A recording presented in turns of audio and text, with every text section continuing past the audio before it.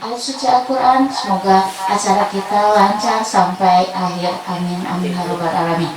Selanjutnya yaitu pemaparan dari Ustadz kita, guru kita, Ustadz Adriano. Kami persilahkan.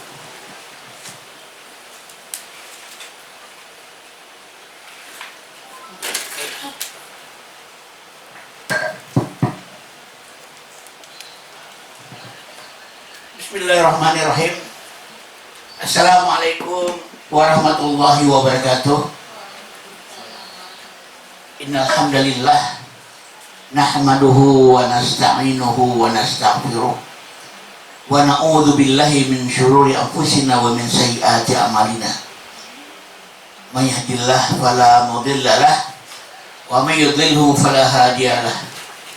Asyhadu an la ilaha illallah wa asyhadu anna Muhammadan abduhu wa rasuluhu la nabiyya ba'dah.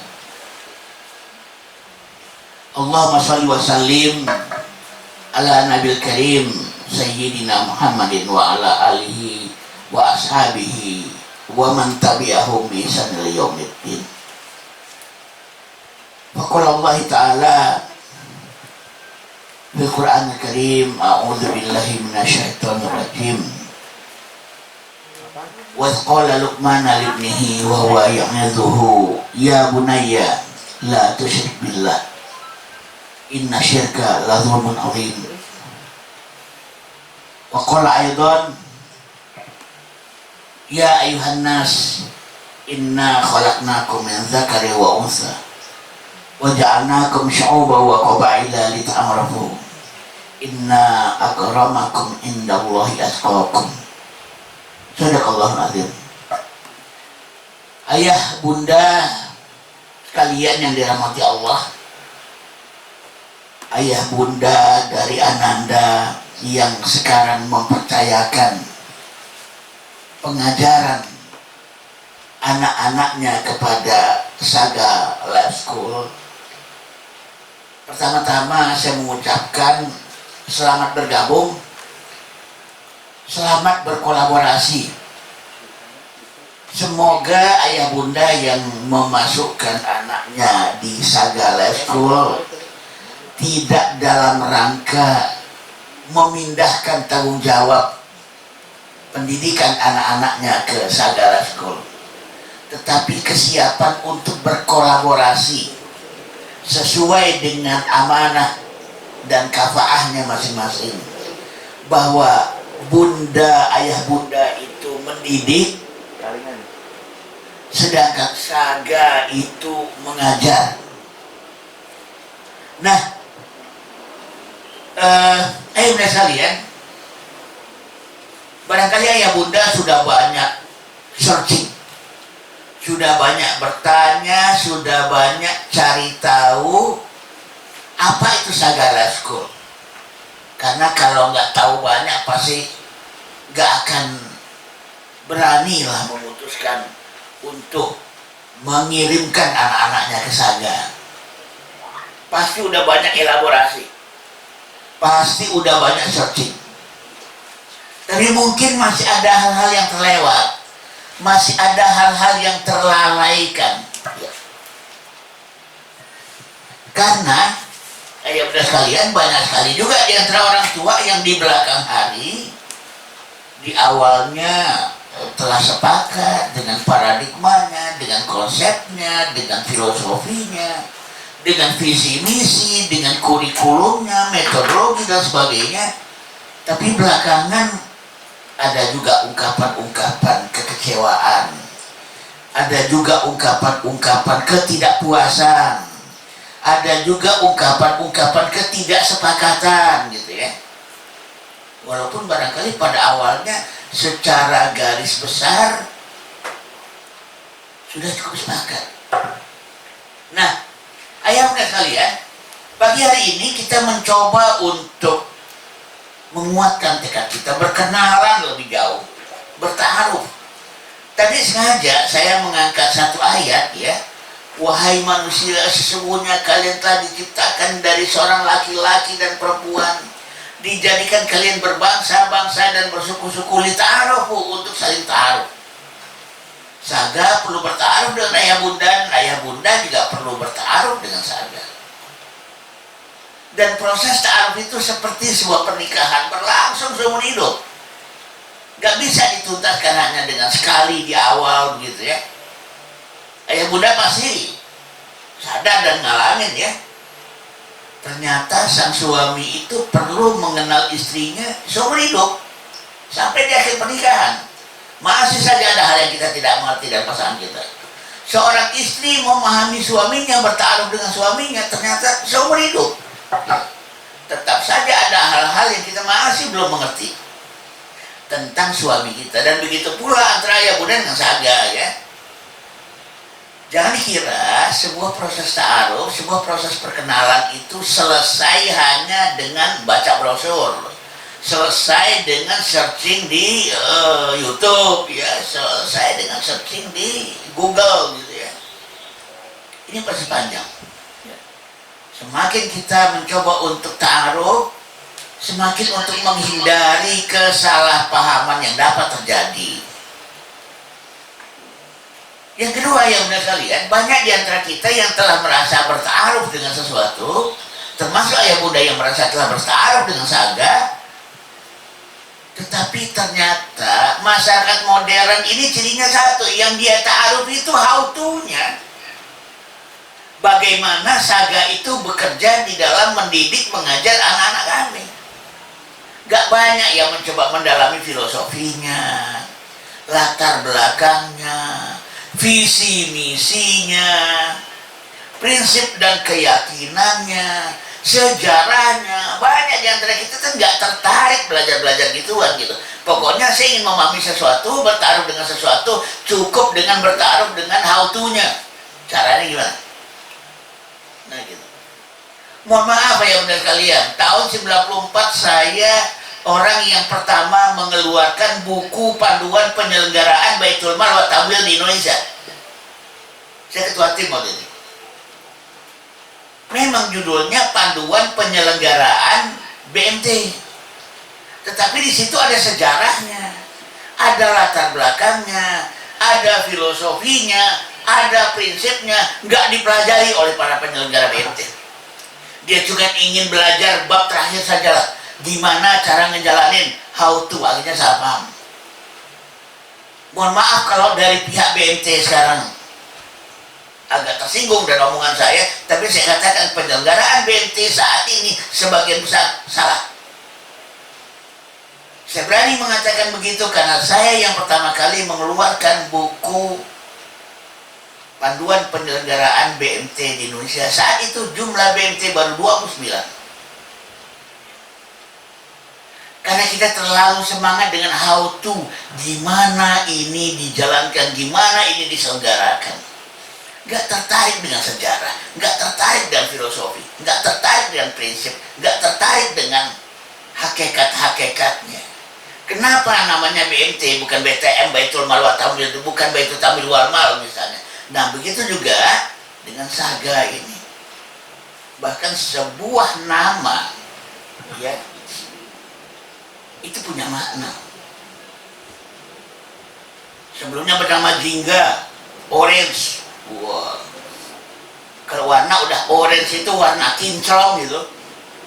Warna kinclong itu warna orange. Hanya orang yang berani, nekat, pede tinggi, berani pakai baju orange. Sekarang lebih gila lagi, saga. Saga itu sendiri artinya kinclong memang. Merah saga itu ya, kuning saga. Wah itu lebih, sekarang ini lebih saga daripada jingga. Apa itu artinya? Allah, sebuah nama itu nggak semata-mata hasil diskusi. Allah mengilhamkan itu, kasih nama saga. Dia mungkin singkatan, sebagaimana jingga jamaah inginkan surga, singkatan. Tapi kenapa dipilih jingga orange? Saya sebagai anak gunung, saya tahu betul jingga itu anak-anak gunung itu. Ya, biar kalau hilang ketemu gitu ya, karena orange di tengah gunung. Saga lebih lagi, lebih kinclong sana saga itu. Itu contoh. Baik, kita mulai dari sebuah Saya pertimbangannya saya nggak ingin terlalu ceritakan panjang-panjang. Saya langsung ke sini saja. Bagaimana sebuah jati diri, sebuah kepribadian, sebuah DNA Sagala School dibangun. Ya. Tidak banyak lembaga pendidikan yang punya jati diri, yang punya DNA, yang punya kepribadian, makhluk apa dia, binatang apa dia. Agar kalau jati dirinya itu ketahuan, dia mau ngapain itu sesuai jati diri. Jangan jati dirinya itu ikan, tapi kurikulumnya kurikulum berlari loh. Kurikulum berlari nggak cocok buat ikan, yang itu cocok buat kuda.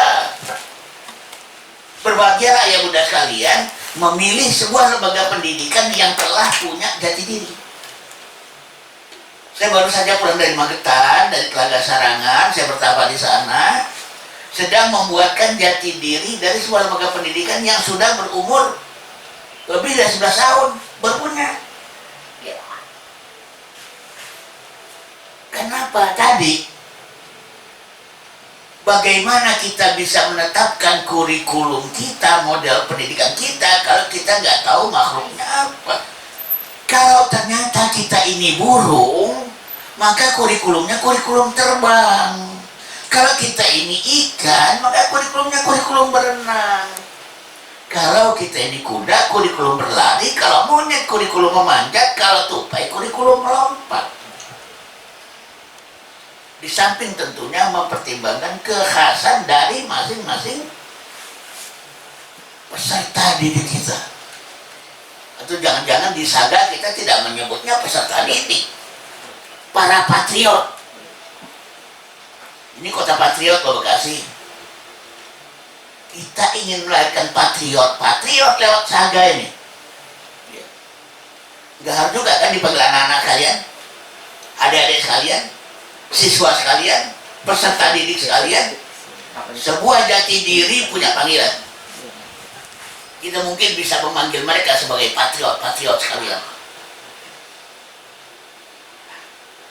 Jati diri Saga bahkan telah mempertimbangkan di mana Saga lahir, di mana Saga hadir.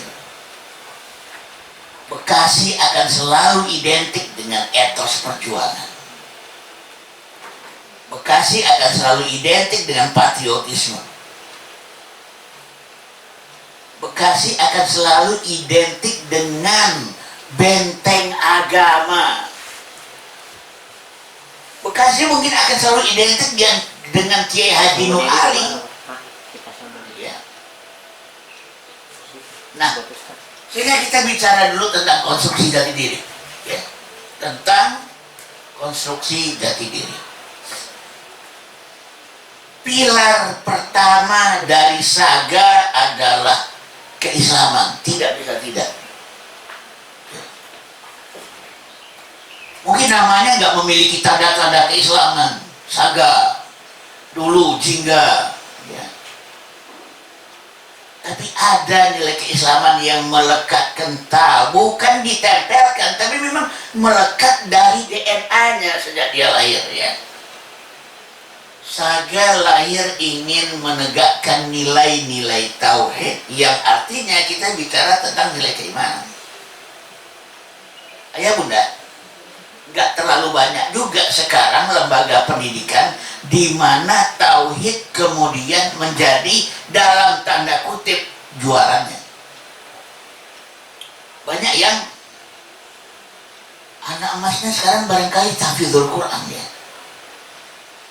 Ada juga yang akhlak, biasanya akhlak ya. Pokoknya masuk sekolah ini akhlak anak Anda akan luar biasa. Lulus dari lembaga pendidikan ini minimal sekian juz.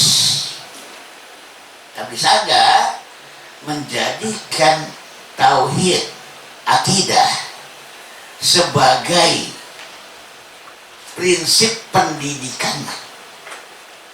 Kenapa? Karena Saga meyakini kalau sudah iman di dada, kalau sudah tauhid di dada, bukankah yang lain-lain menjadi mudah? Bukankah iman itu sesuatu yang diyakini dalam hati dan akan terekspresikan lewat ucapan dan akan terimplementasikan lewat perbuatan? Kalau iman sudah di dada, jika cinta sudah melekat, gitu, jangankan sholat, mati di jalan Allah orang mau kalau cinta sudah melekat. Iman yang lahir dari cinta, ketaatan yang lahir dari iman, cinta yang lahir dari iman, dan ketaatan yang lahir dari iman juga. Nah, sehingga kalau kemudian jangan sampai ada ayah bunda yang nanti bertanya-tanya ya, kok di Saga kurang ada program-program pembiasaan sih? Kok di Saga kurang ada program-program drilling sih? Kok di Saga nggak ada program-program conditioning sih? Ya, karena bagi Saga kami mendidik anak manusia, bukan mesin. Kami mendidik anak manusia, bukan hewan. Karena itu disadarkan, diimankan, bukan dibiasakan. Memang pendekatan keimanan hasilnya menjadi lama daripada pendekatan pembiasaan, tapi lebih langgeng. Betapa banyaknya saya kemudian konsultan di begitu banyak sekolah ya, banyak sekolah. Paling barat Banda Aceh, paling timur Bau-Bau ya, Sulawesi Tenggara. Betapa banyaknya sekolah-sekolah yang belakangan mengeluh bahwa anak-anak yang mereka sudah biasakan dengan sebaik-baiknya untuk beribadah, ketika dewasa nggak langgeng gitu, hilang gitu. Dulu rajin betul baca Quran, sekarang disuruh baca Quran pada maghrib 1 lembar aja, susahnya minta ampun. Bahkan ada yang tega mengatakan, ini Al-Quran ini yang kemudian merebut keindahan masa kecilku dulu katanya, sehingga dia bermusuhan dengan kitabullah, padahal dia udah hafal sekian juz. Ayah bunda sekalian, mari kita sadari kekuatan Saga dalam pendidikannya adalah kekuatan tauhid yang melahirkan keimanan. Memang dibutuhkan sabaran. Anak yang bersekolah di sekolah sebelah udah bisa begini, anak yang dari Saga belum. Hafalannya kurang, tapi cintanya luar biasa sama Quran. Bisa jadi kita kan melihat anak-anak kita yang bersekolah di Saga ini, ber-PKBM di Saga ini, adalah anak-anak yang dia cinta pada Allah, dia cinta pada Rasul, dia cinta pada Islam, dia cinta pada Quran, walaupun dalam implementasinya mungkin tidak sebanyak anak-anak dari tempat lain. Tapi cinta ini yang akan menjadi penggaransi buat kelak alumni Saga akan tetap seperti itu. Yang kedua, Al-Quran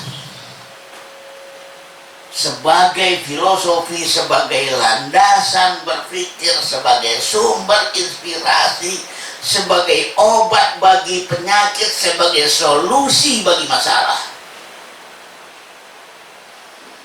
Kita ingin di Saga kalau kita punya sebuah perpustakaan yang paling ada di tengah-tengah perpustakaan itulah Al-Quran.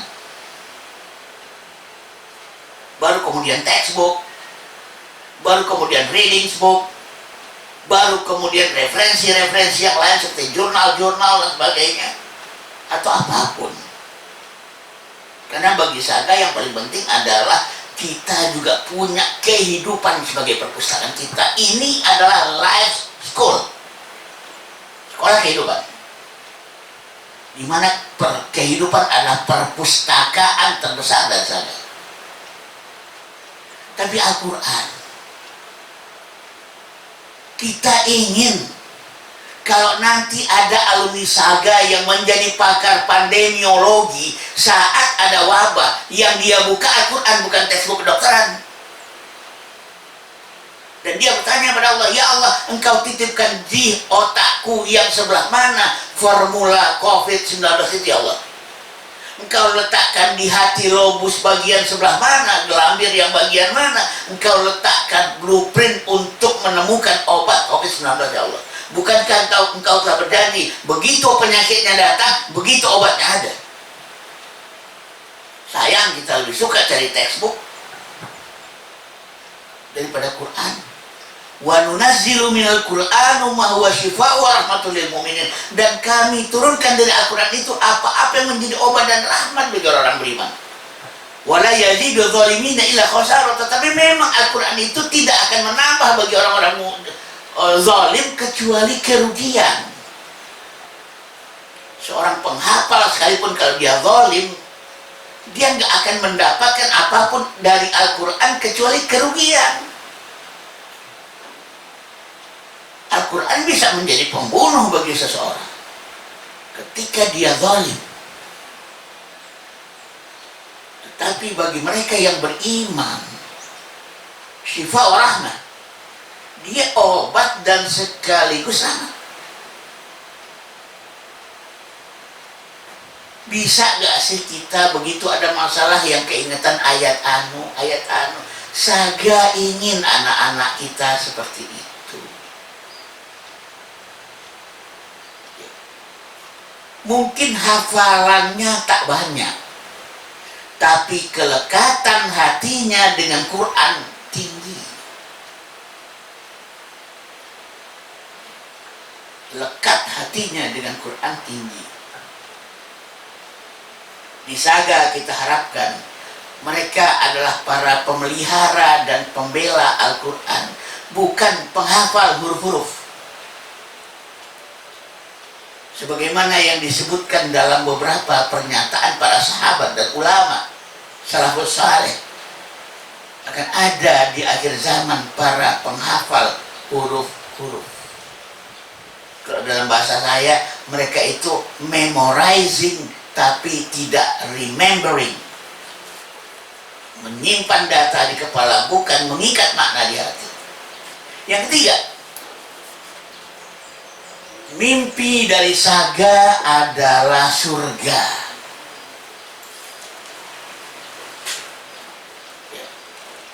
Mimpi dari Saga adalah bersama-sama kita menuju surga.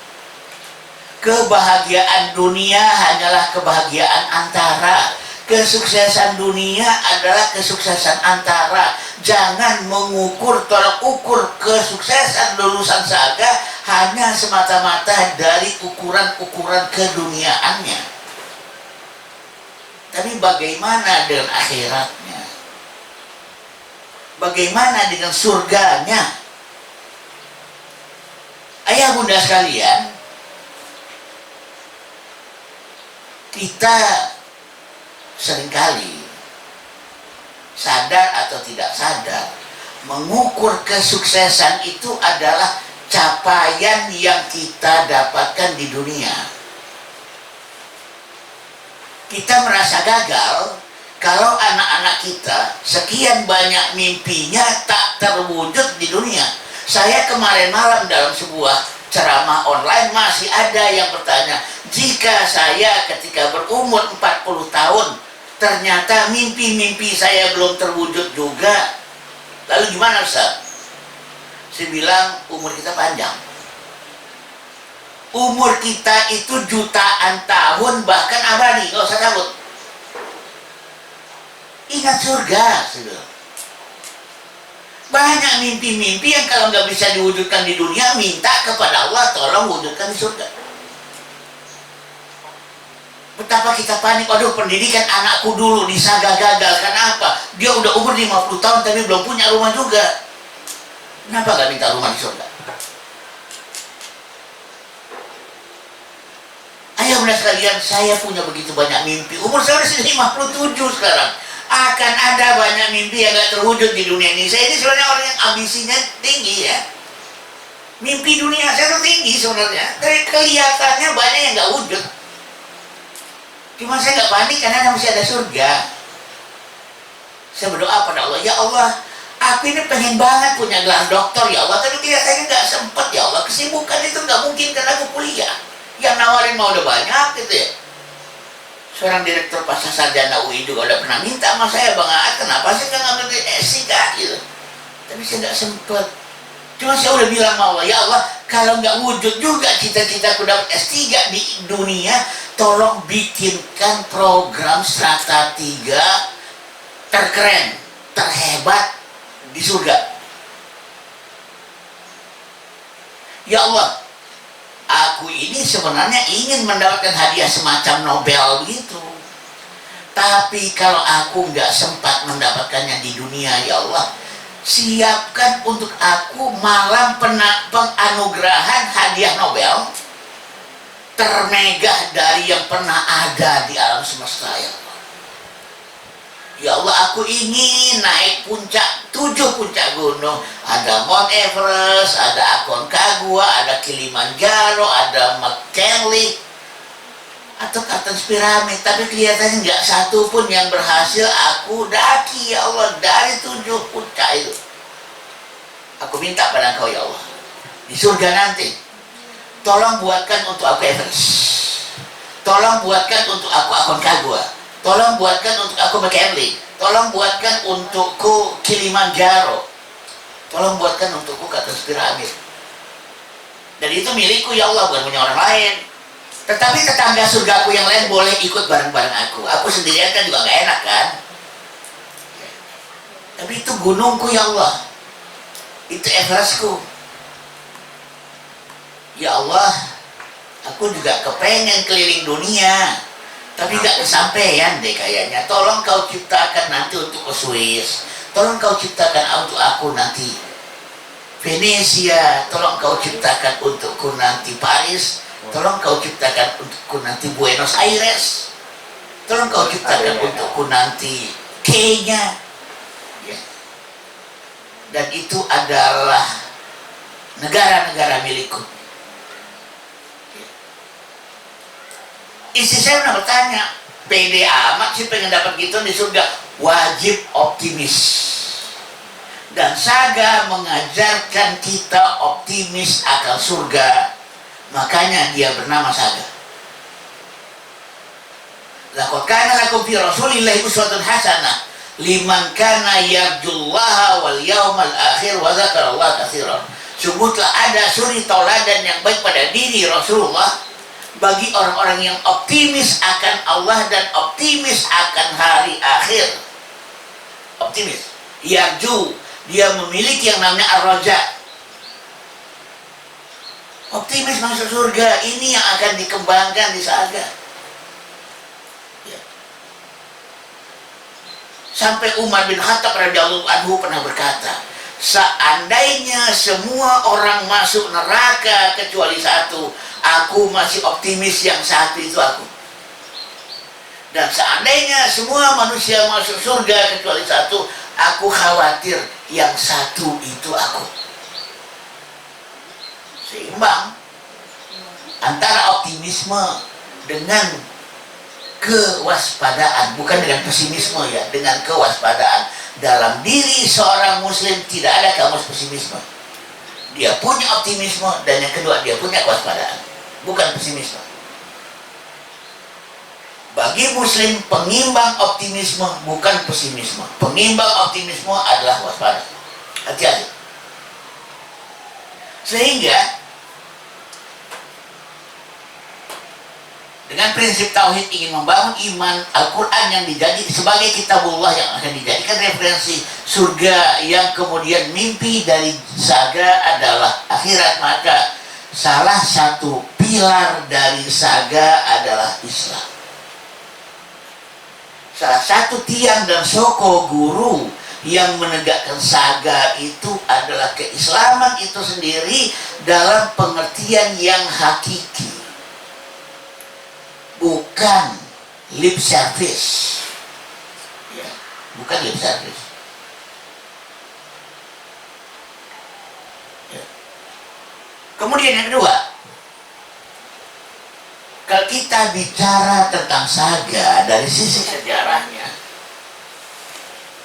Saga adalah sebuah institusi perjuangan, daya juang, dan tetap memelihara nilai-nilai kejuangannya itu sendiri. Bahkan sampai hari ini pun Saga masih saja berjuang. Saga masih saja bertarung. Saga masih saja berkelahi. Karena telah menjadi DNA-nya, telah menjadi kepribadiannya, telah menjadi bagian dari perjalanan nasibnya.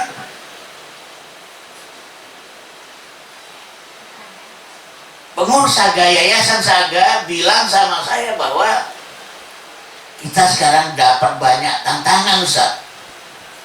Kita sekarang banyak dapat cobaan, Ustaz. Kita sekarang banyak mendapatkan gangguan, Ustaz. Saya bilang, kalau bahasa orang preman barangkali ya, derita lu gitu ya. Nasibnya memang akan terus berjuang, akan terus bertarung. Sehingga di Saga, para patriot, para siswa kita nggak perlu diada-adakan teknik, metode untuk berjuang. Memang di sininya sudah berjuang.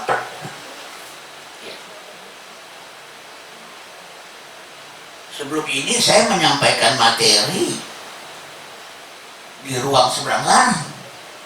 Sekarang di sini, bagian dari sebuah perjuangan Saga. Saga sekarang sedang berjuang membangun gedung baru di lahan baru, bagian dari perjuangannya. Mengharapkan pendidikan ramah anak kecuali di PAUD, ya itu memang bukan jalannya Saga. Jalan Saga, jalan perjuangan. Jalan Saga adalah jalan pertarungan. Karena Saga itu hidup di tengah kenyataan.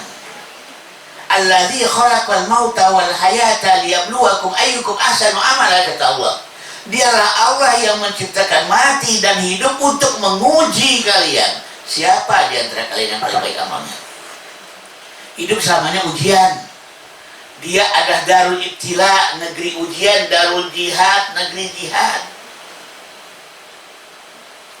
Maka dengan demikian, dengan konsep daya juang pada dasarnya Saga ingin menghasilkan patriot-patriot yang tangguh. Ya.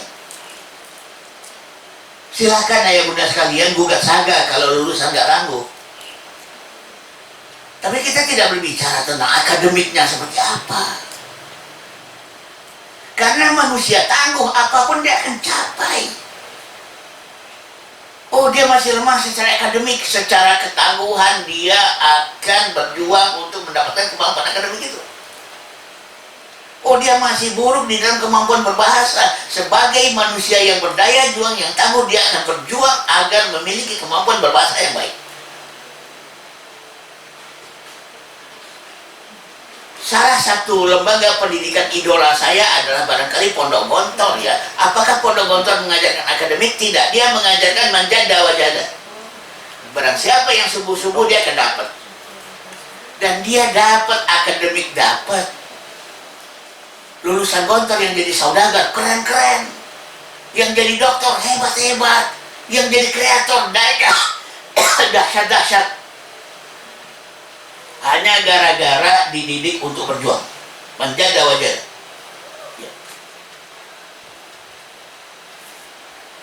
Saga adalah life school, sekolah kehidupan. Selama masih menjadikan kehidupan sebagai sekolah, maka dia akan selalu berhadapan dengan ujian-ujian kehidupan. Di Saga barangkali ujian itu tiap hari, bukan tiap semester. Ujian itu bukan semester 2 kali, ujian tengah semester, ujian akhir semester. Ujian di Saga tiap hari. Selama Saga masih berjalan di tengah kehidupan dan kakinya dari kehidupan. Tiap hari adalah ujian. Tiap hari adalah cobaan. Itu resiko dari hidup itu sendiri. Maka saya mengatakan, Saga bukan sekolah ramah anak. Saga adalah ramah masa depan anak. Ini adalah sekolah ramah masa depan anak. Ujiannya tiap hari, ya, ujiannya tiap hari. Ujian kehidupan, bukan ujian kertas, bukan ujian kertas. Life hanya bisa diuji at life. Dan Saga bukan simulator kehidupan. Saga bukan laboratorium kehidupan. Saga adalah kehidupan itu sendiri. Terlalu banyak sekolah yang ingin mendidik anak-anak di kehidupan, tapi akhirnya cuma di simulator kehidupan, di laboratorium kehidupan, di miniatur kehidupan. Akhirnya nggak benar-benar hidup. Sejumlah lembaga pendidikan bikin market day setiap bulan. Setelah 6 tahun ikut market day, kirain entrepreneurship-nya meningkat, nggak taunya sama saja. Kenapa? Dia cuma simulasi kok, simulasi dagang, latihan dagang, laboratorium dagang. Di Saga nggak seperti itu. Karena bagaimanapun simulasi kehidupan nggak sama dengan kehidupan. Laboratorium kehidupan nggak sama dengan kehidupan. Praktikum kehidupan nggak sama dengan kehidupan. Nah begitu.